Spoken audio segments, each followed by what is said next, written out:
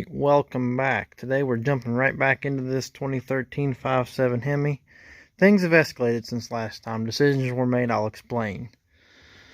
While we had the crank out, I said it's going to be hard to line these pistons up. I'll just pop them out. While they're out, why not replace the piston rings?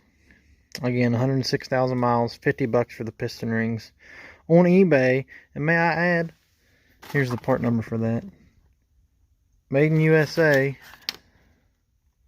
There's the part number. You can pause it. But $50 for Made in USA piston rings, not a problem. I'll do that all day while it's out. So we'll get those put in. First thing we'll do is get these main cap bearings in. Got them laying there, and then pop in the crank. Rear main seal, brand new. It's in. We got a lot of stuff here today, folks. So let's dive right on in. Okay, and this is going to be for the folks that have never really had an engine apart. But if you look in the main bearings, there's this little divot cut out. Well, the bearings themselves also have the same divot, so you just line that up.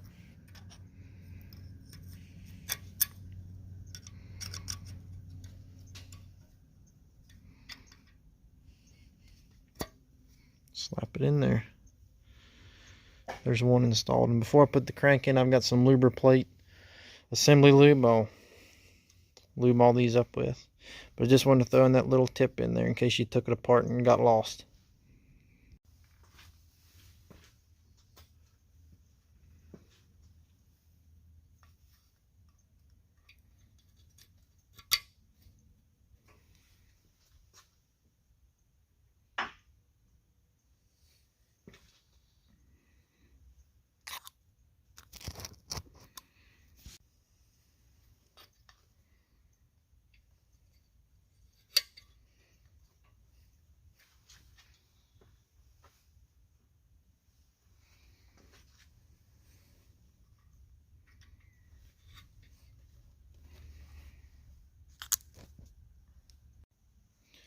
Alright, now the stuff I'm going to use for these is Lubriplate number 105. You can get it at Napa.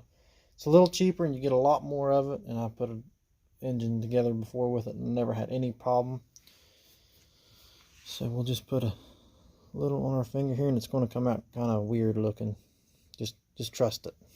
So you just give that a little dose there.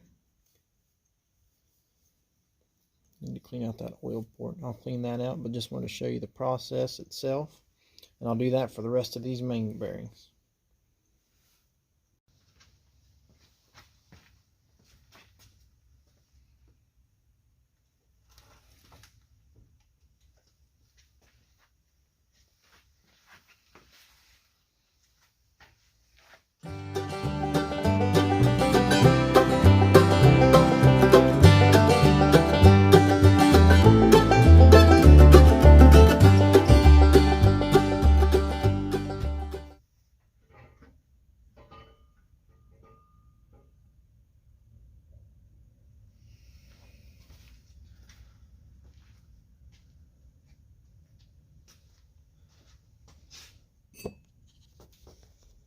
Alright, crank is in, onto the main bearing caps. Now, if you notice, these came out of the main bearings themselves in the block. They have an oil port in them. Do not put these in the main bearing caps.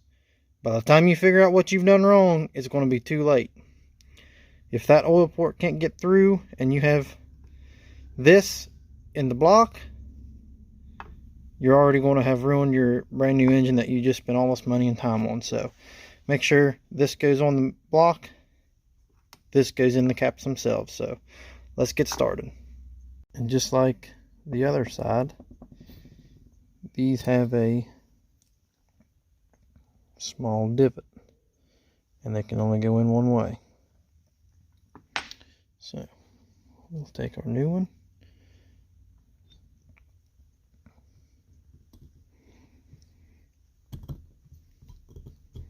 It'll just snap down in like that.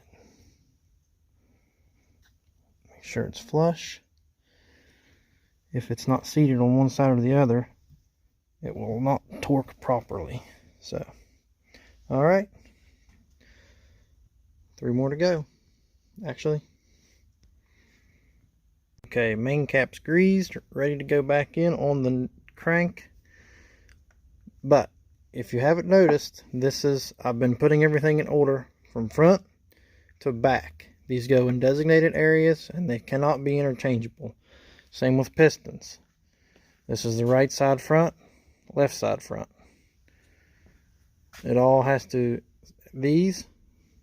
the rod caps, same thing. They can only go on one way to each specific rod. So we'll get these on, and then I have to tell you an interesting thing I found out about the main cap bolts themselves. Alright, tech tip.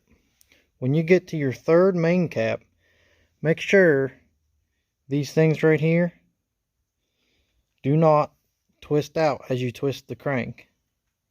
If they do, you'll have a hard time seating, and don't force the main cap. It should slide right in even. These thrust washers aren't seated properly, flush with the top of this main cap machine section. Don't force your main cap. So now that I got those set, we'll put this one in, carry right on. This is where there's going to be some controversial things happen. I know. Leave a comment and tell me what you think. But call my local service department about getting some main cap bolts because they're torque to yield. They said, and also this is the 5.7 service information from Chrysler itself for the LX platform. Select proper main bearings. Install main bearings in block and caps. Lubricate bearings. Position crank into the cylinder block. You do not replace the main cap bolts themselves. The only thing you replace are the cross main bearings. If we can get to the page here.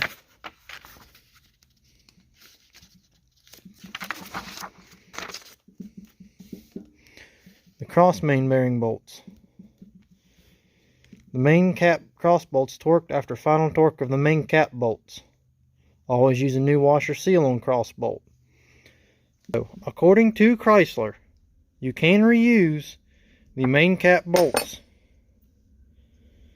What you cannot use, according to the book and Chrysler, are you need to get new rod cap bolts and new cross main bolts to bolt the cross mains into the block.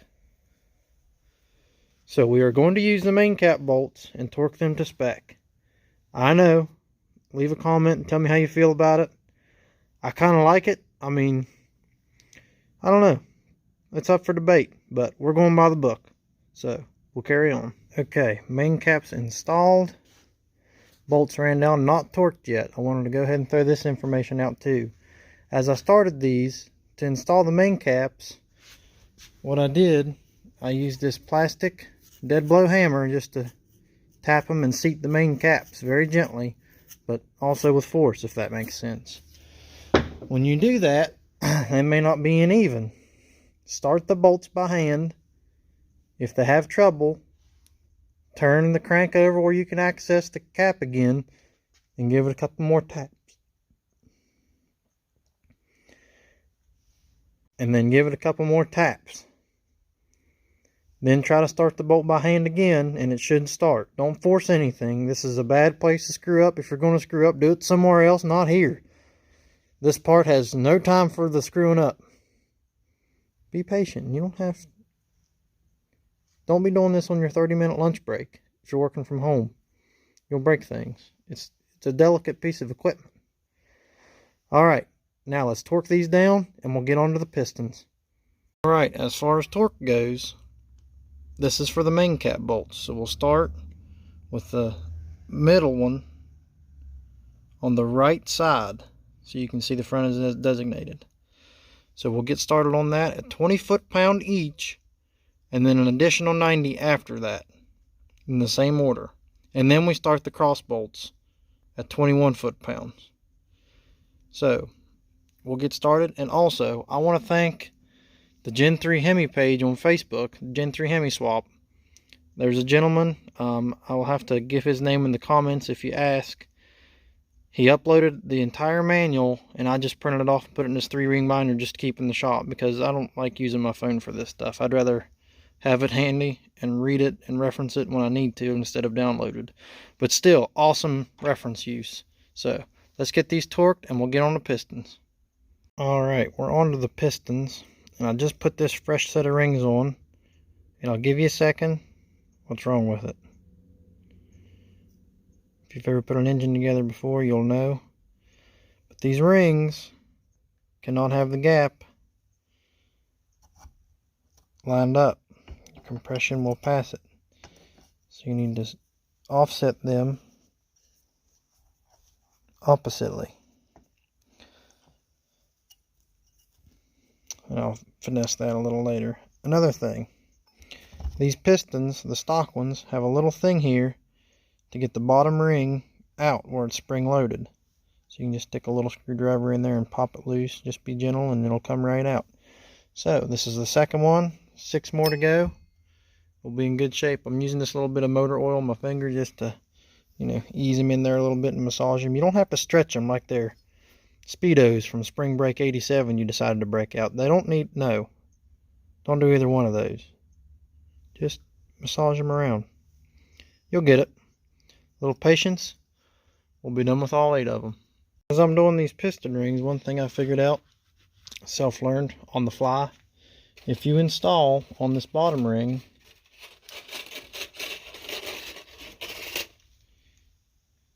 the spring one first, and then the other 2 sandwich around it. And these are labeled in this package. Top groove, second groove, bottom groove. So if you just put this in first and then sandwich the other 2 on top and bottom of it, it'll go in easier. It's hard to get them sandwiched on this in between those 2, as this just needs to go first. It's too much pressure. So let's keep going. Alright, everything here is assembled. Rings are on the pistons. Cross main bolts are installed and torqued. There is a reference guide in the manual for that. Instead of numbers, it goes A, B, C, D, and it's kind of wonky how it doesn't line up, but you'll figure it out. Same torque spec as the main caps at 20 foot-pound, and then you go back through them again. So once you do that twice, you're ready to drop in pistons. Alright guys, we got all the pistons knocked in. And I took a wire brush and taped all this stuff off and used the wire brush on a drill and took off all the slag that I could and used a paintbrush, and I used this POR 15 engine enamel. I've used the rattle can stuff before and it's not as good. It kind of fades out over time. So this now all has 2 coats, POR 15 with a brush. So next time you see this, we'll be getting into some super cheaper horsepower secrets than you see advertised online. So hang in there, like and subscribe. We're going to be moving on. Thanks, guys.